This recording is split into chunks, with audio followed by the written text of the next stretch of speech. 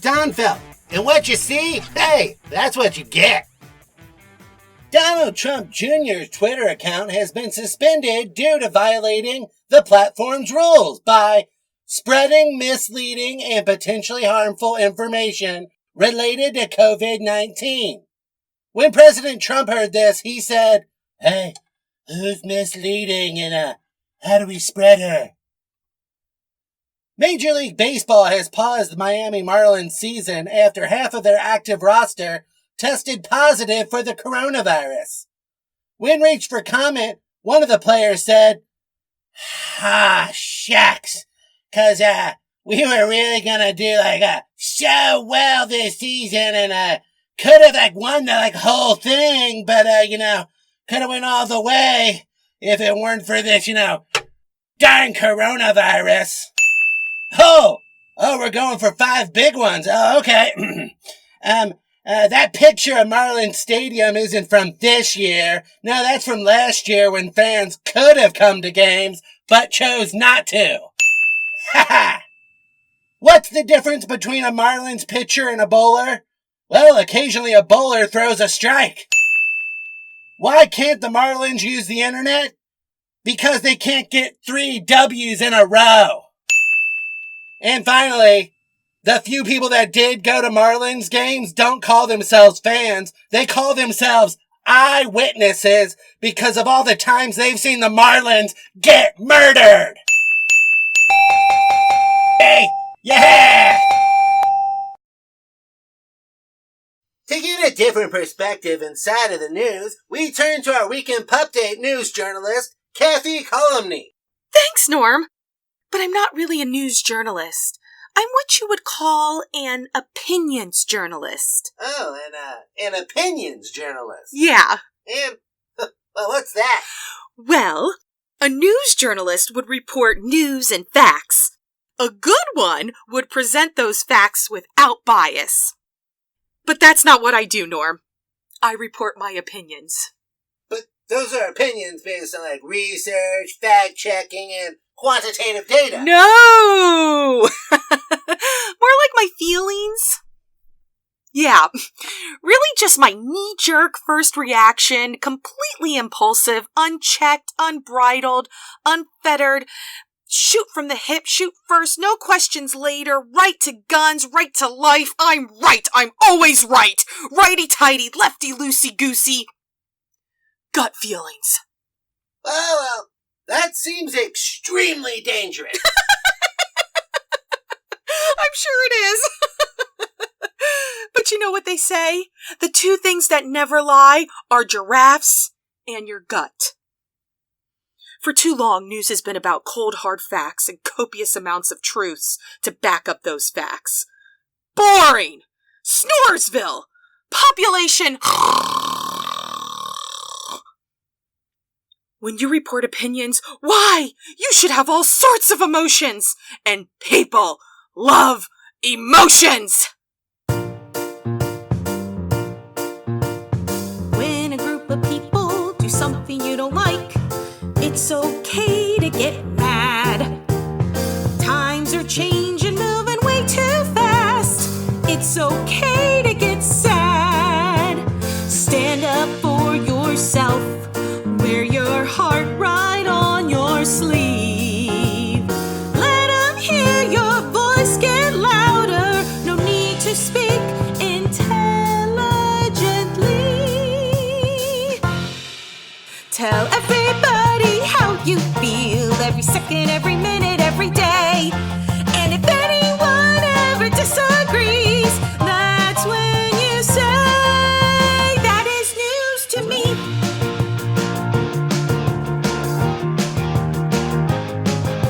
You're hearing science you don't understand. It's okay to dismiss.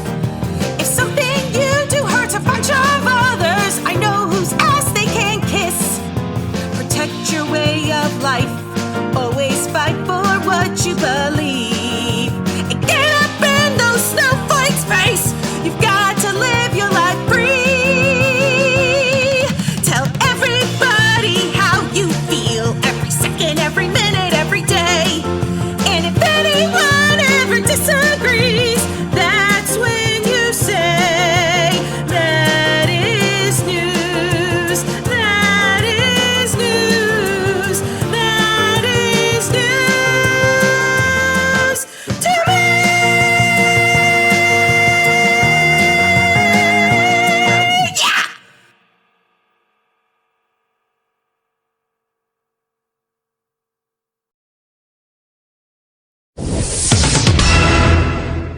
I'm Weekend Puppdate correspondent Lukas Arnold, and I am here with News Minute to give you as many news stories as possible that I can fit in 1 minute. Whew. Okay, here we go. In New York City, federal officers are grabbing protesters and throwing them inside this unmarked van. Don't worry though, they promised there'd be candy inside. Brett Kavanaugh urged his Supreme Court colleagues to avoid ruling on abortion and President Trump's financial records, aka wait until Ginsburg is Gonsburg. President Trump tweeted this week that people living their suburban lifestyle dream don't need to worry about low-income housing being built in their neighborhoods. That's right, keep enjoying your white-painted houses, your white cars, your white picket fences, your white power, you're fine. Trump also tweeted on Thursday that he wants to delay the November election due to unsupported voter fraud claims for mail-in voting. It's kind of nice, you know. In 2016, he was focused on Hillary's emails, and now he's focused on everyone's mail. Say what you want, but that's a move toward equality. The U.S. Postal Service reached an agreement where they will be able to draw from a $10 billion loan should they need the aid during the coronavirus pandemic. I mean, I guess those $3 checks they got in the mail from grandma weren't cutting it. Statistically speaking, in the United States, one person dies from coronavirus every single minute. So to our viewers, what I'm trying to say is, your body is in the kitchen. You've been dead for 23 seconds. I'm the angel of death, and this is how you find out you died. It's time to go. To the rest of you, I'm Lukas Arnold, and that was a News Minute. Hi, I'm Susanna Anahanda, and welcome to another edition of Not Helpful News.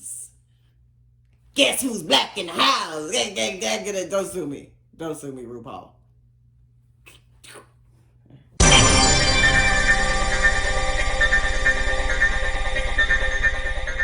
Well, the news has been especially unhelpful this week as the C.A.R.E.S Act, which provided millions of out-of-work Americans with $600 a week, has expired.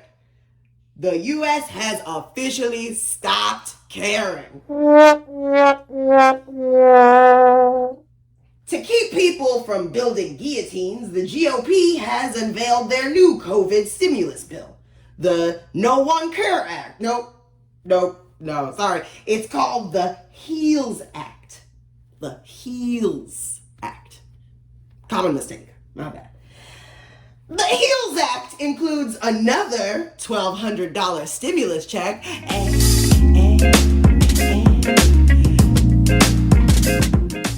a $400 cut to weekly unemployment insurance, no state or local funding for healthcare workers, frontline workers, or teachers, and liability immunity for businesses who expose their workers to COVID.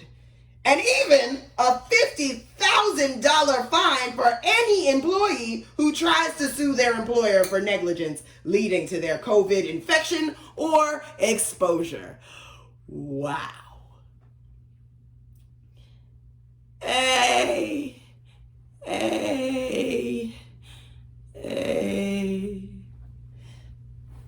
Okay, so basically, they're taking away our livable wage to force us to go back into the workforce the same week that the U.S. had the most COVID deaths since May.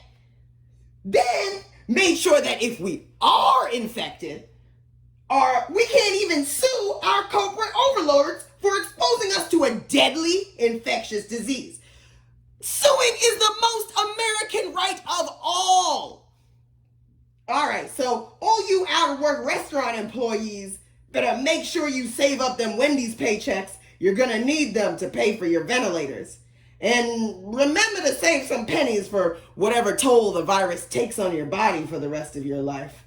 This is your sacrifice for the economy. The stock market needs blood. Didn't you pay attention in econ?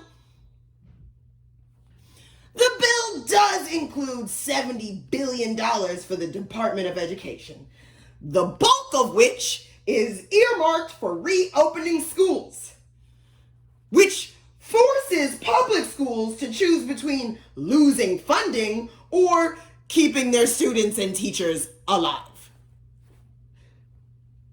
Oh, but don't worry, kids. The HEALS Act, an alleged COVID protection bill, does provide $1.78 billion for a new FBI building. This is so evil, even Mitch McConnell shook his neck flaps in disapproval, saying, quote, "I am opposed to non-germane amendments, whether it's funding for the FBI building or aid to illegal immigrants." Unquote. Flawless Mitch McConnell impression, gotta say. Anyway, thank God for the illegal immigrants crack. I thought I had to agree with Mitch McConnell for a second. That was scary. Hey, GOP, I know I don't have to tell you that you're not helping, and I know that Republicans think that help is code for queer people and socialists, and you're right. But at this point, you're not just not helping, you are actively harming people. You are accelerating the spread of a global deadly virus because you hate government spending? Screw you! Don't work in the government then. How does that make sense? You hate government spending, so you think the government should pay you to decide how the government spends its money? Make it make sense, Mitch. You old crusty, dusty, prune, farting, repressed ghouls are gonna kill us. And knowing how COVID disproportionately kills and infects black, brown, and poor people, I'm starting to think that's the plan. Well, let me tell you, we're not going down without a fight. The citizens of this country are done with dying for capitalism.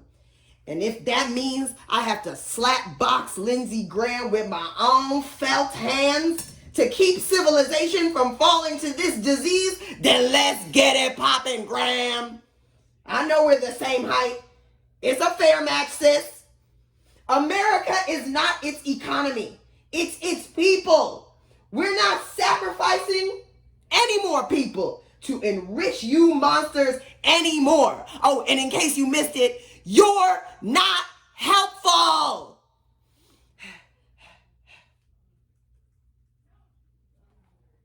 And that's that on that. Bye.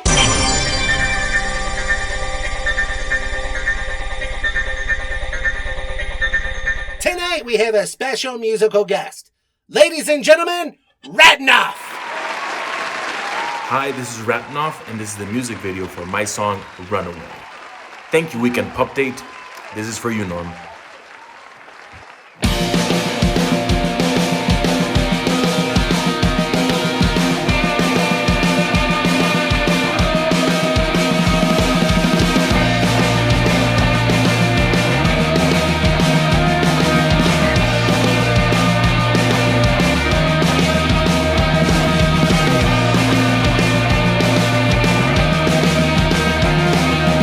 I wanna be like Johnny Rotten. I wanna